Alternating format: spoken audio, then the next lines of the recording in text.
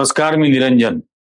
नाशिकमध्ये गेल्या 24 तासामध्ये मनुष्यवधाचे शेकडो गुन्हे झालेत. शेकडो झाडांची कत्तल काल नाशिकमध्ये करण्यात आली. प्रशासनाने जाणीवपूर्वक शनिवार आणि रविवार हे 2 दिवस निवडलेत या झाडांची कत्तल करण्यासाठी. आणि त्याचं सरळ कारण आहे, कारण न्यायालयाच्या आदेशांना फाट्यावर मारून प्रशासनाने हे मनुष्य हत्येचे, खुनाचे गुन्हे हे केलेले आहेत, की अचानक कोर्टामध्ये जाऊन कोणीतरी याच्यावरती रोख आणू नये, स्टे आणू नये यासाठी. म्हणून जाणीवपूर्वक शनिवार रविवार हा गुन्हा केलेला आहे. ही कॉन्स्पिरसी आहे. शासन प्रशासन यांनी केलेला कट आहे हा, की जाणीवपूर्वक शनिवार आणि रविवार शेकडो झाडांची कत्तल अमानुष पद्धतीने करण्यात आली. पहिल्यांदा बघा, हे काही दृश्य बघा, ती बघू शकत नाही आपण.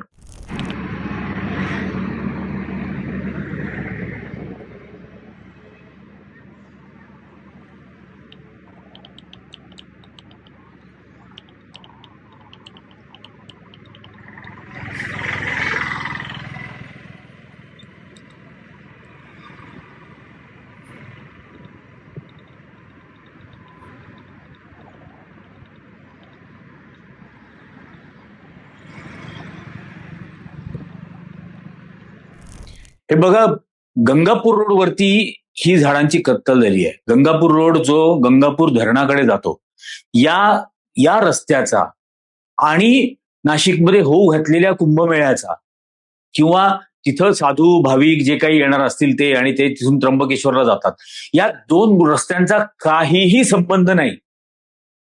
या झाडांचा कोणालाही धोका नव्हता. असं असताना सुद्धा ही झाडं अत्यंत अमानुष पद्धतीने हा खून केलेला आहे शासनाने आणि प्रशासनाने. म्हणजे काहीही लाज, शरम, लज्जा जनाची नाही, मनाची नाही, कोणाचीच लाज उरलेली नाहीये महानगरपालिकेच्या प्रशासनाला. आणि सरळ सरळ कळतंय की नागपूरच्या संत्रीवाल्यांनी जळगावच्या केळीवाल्याला सांगितलं, आणि जळगावच्या केळीवाल्यांनी नाशिक महानगरपालिकेतून महापौरांकडून हे करून घेतलं. ही शेकडो झाडांची हत्या ही याच पद्धतीने घडलेली. आणि आता या शेकडो मनुष्यवधांचा गुन्हा कोणावर नोंदवणार? याच्यानंतर आणखीन एक दृश्य बघा, याच रस्त्यावरच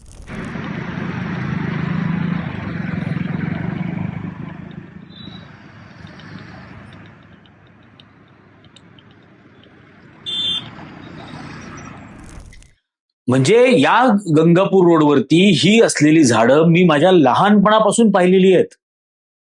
इतक्या वर्षापासून असलेली झाडं ही खुशाल महानगरपालिका तोडून टाकते. न्यायालयाला सुद्धा फाट्यावर मारू शकतात. इतका माज कशाचा आलाय या सत्ताधीशांना? इतकी तडफड होते हे सगळं बघताना सुद्धा. या पद्धतीने होणार आहेत गोष्टी नंतरच्या काळामध्ये. नाशिकच्या पर्यावरणाची पूर्ण वाट लावायची ठरवली आहे का या जळगावच्या केळीवाल्यांनी? एक शहर महाराष्ट्रामधलं उरलेलं की जिथं थोडीफार थंडी असते, थोडीफार गारवा असतो, कारण ही सर्व नैसर्गिक ही जी ग्रीनरी होती नाशिकमधली, ही संपूर्ण नष्ट करायची ठरवली आहे. आणि कशासाठी? रस्त्याच्या कडेला असलेली ही झाडं, तिचं ना रस्ता रुंदीकरण होऊ शकणारे ना काहीही. कशासाठी ही झाडं तोडली? का याच्या आधी नागरिकांना विश्वासात घेतलं गेलं नाही? तुम्ही डायरेक्ट ठरवली ही माणसं मारायची, मारून टाकली. या पद्धतीने महाराष्ट्रामधला कारभार चालणार आहे? या पद्धतीने नाशिकमधला कारभार चालणार आहे?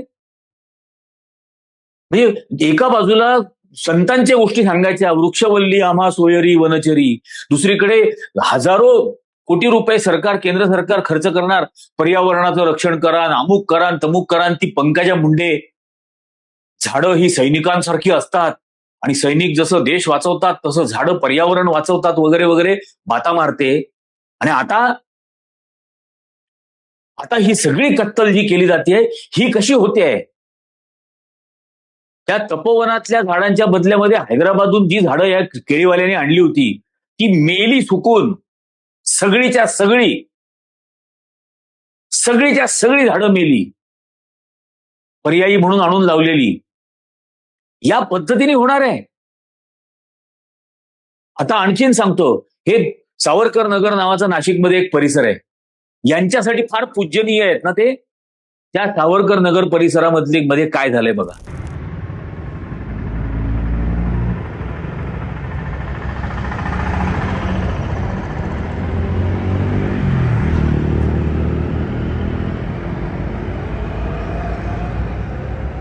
आणि म्हणजे या संपूर्ण रस्त्यावरती एकही झाड ठेवायचं नाही, असा काय विडा उचललाय का या केळीवाल्यांनी?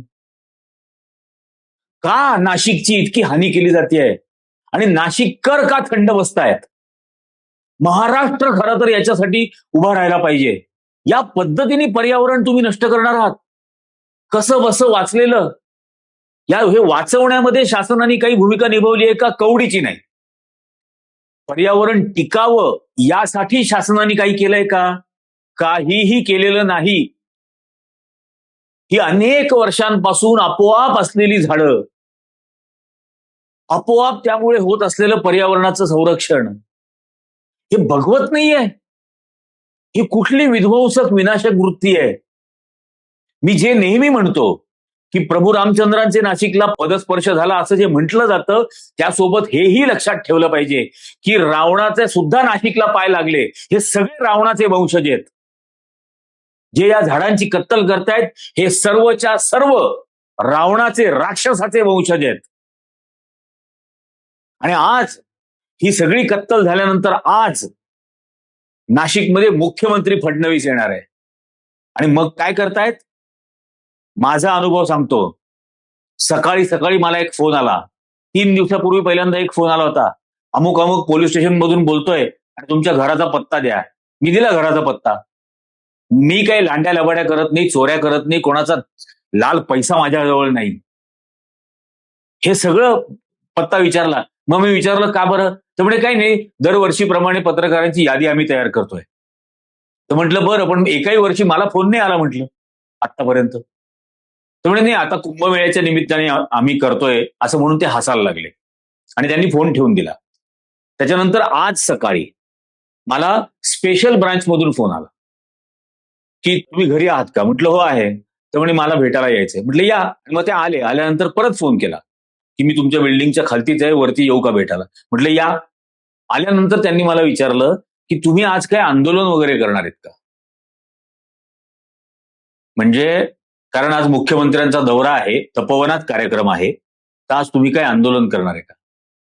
म्हणजे मला कळत नाही, इतका डरपोक मुख्यमंत्री आहे महाराष्ट्राचा? इतका? जो त्याच्याच राज्यामधल्या नागरिकांना सामोरं जायला घाबरतो? डरपोक? आणि हे घाबरतो का? कारण त्याच्या 24 तास आधी नाशिकमधली शेकडो झाडांची कत्तल केलेली आहे म्हणून घाबरतो.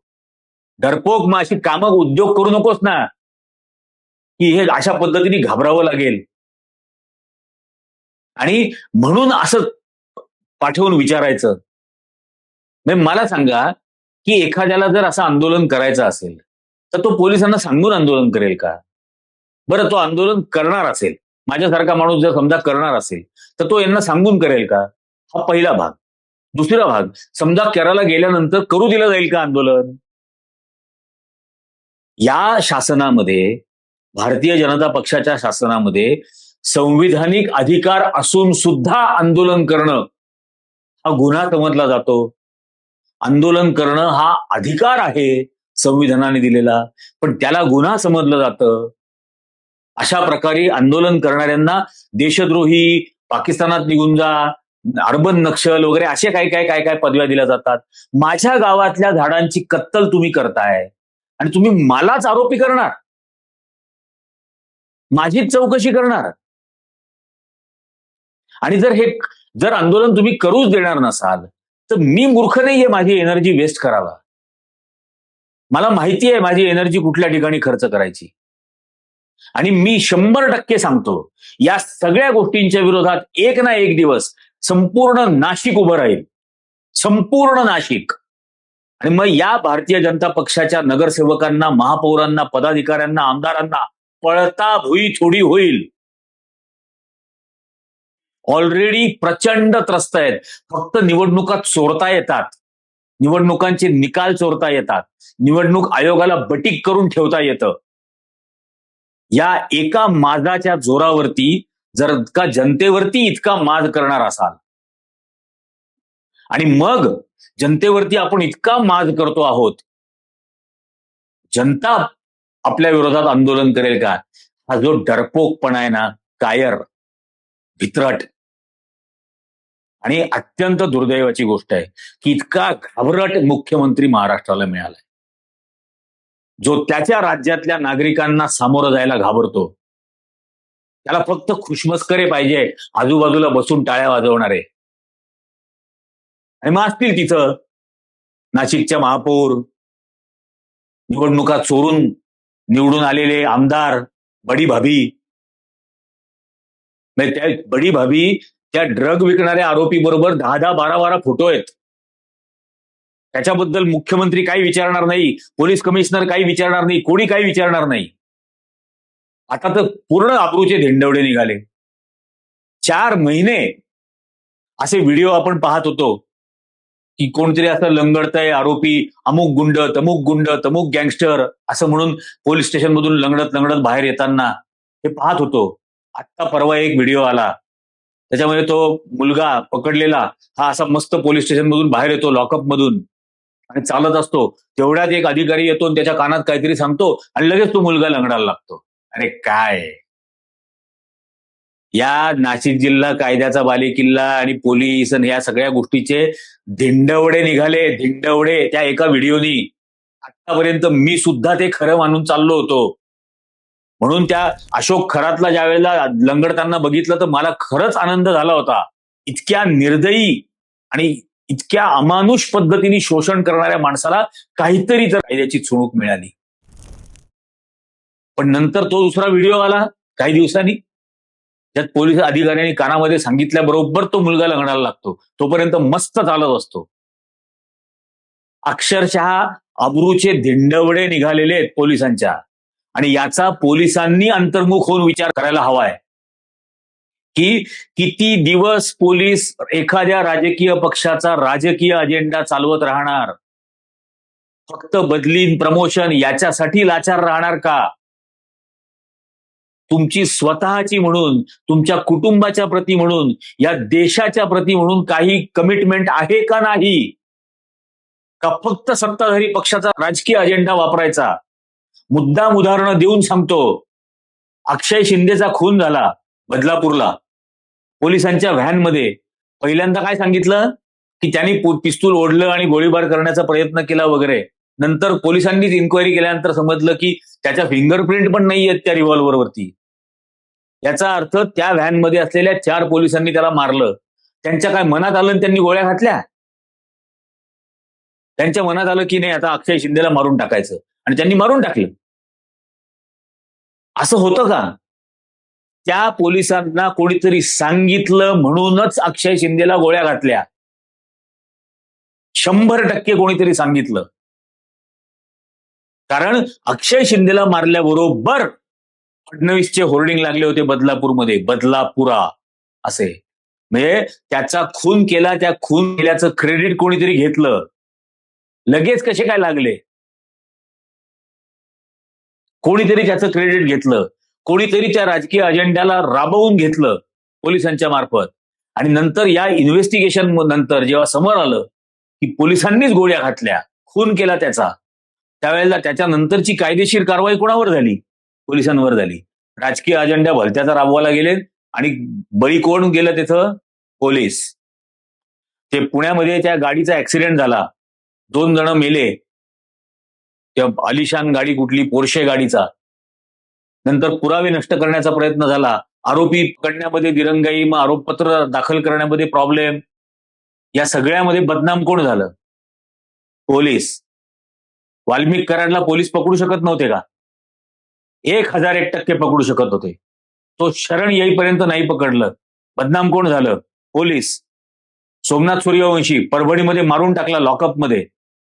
कोणीतरी सांगितलं ना मारहाण करा. नुसतं आंदोलन करण्यासाठी हातात वही पुस्तक घेऊन रस्त्यावर बसलेला एक विद्यार्थी, रस्त्यावर बसलेला मुलगा, हातात वही पुस्तक, लॉची परीक्षा द्यायला आलेला, त्याला उचलून नेलं. त्याला मारहाण करायची काय गरज होती? तो आंदोलन करता होता, हिंसक आंदोलन करत नव्हता. त्याला मारहाण केली याचा अर्थ त्या पोलीस अधिकाऱ्याला कोणीतरी सांगितलं की यांना मारा. त्याच्या गाड्या फोडल्या जात होत्या परभणीमध्ये, तिथं बायकांना जी मारहाण केली जात होती, घरात घुसून मारलं जात होतं, हे कोणीतरी आदेश दिला होता म्हणून केलं जात होतं. पोलिसांनी राजकीय अजेंडे राबवणं बंद करायला हवं. हे काहीही करू शकत नाहीत तुमचं. मुख्यमंत्री असो नाही तर पंतप्रधान असो, काहीही करू शकणार नाहीत. फार तर बदली करू शकतील, याच्या पलीकडे काही नाही करू शकत. पण अख्खा देश तुमच्या पाठीशी उभा राहील यांचे अजेंडे राबवणं बंद केलं तर. जो पोलीस अधिकारी माझ्याकडे आला तो अत्यंत नम्रपणाने माझ्याशी बोलले, अत्यंत सभ्य वागणूक त्यांची होती, त्यात काहीही शंका नाही. अत्यंत सभ्यपणाने वागत होते. पण शेवटी कोणीतरी सांगितलं ना त्यांना. अरे नाशिकच्या हिस्ट्री शीटरकडे जात नाही, नाशिकच्या ते ड्रग विकणाऱ्यांकडे जात नाहीत. तुम्ही अशा पद्धतीने करताय आणि या पद्धतीने महाराष्ट्र चालणार आहे का? नागरिकांविरुद्ध शासनाने युद्ध पुकारलंय का? काय होणार काय आहे या सगळ्याचं? वारंवार ती जनसुरक्षा कायद्याची भोगाडी दाखवली जाते. अहो, हा देश तुरुंगामध्ये जाऊन जाऊन स्वतंत्र झालेला आहे, घरात बसून नाही झालेला.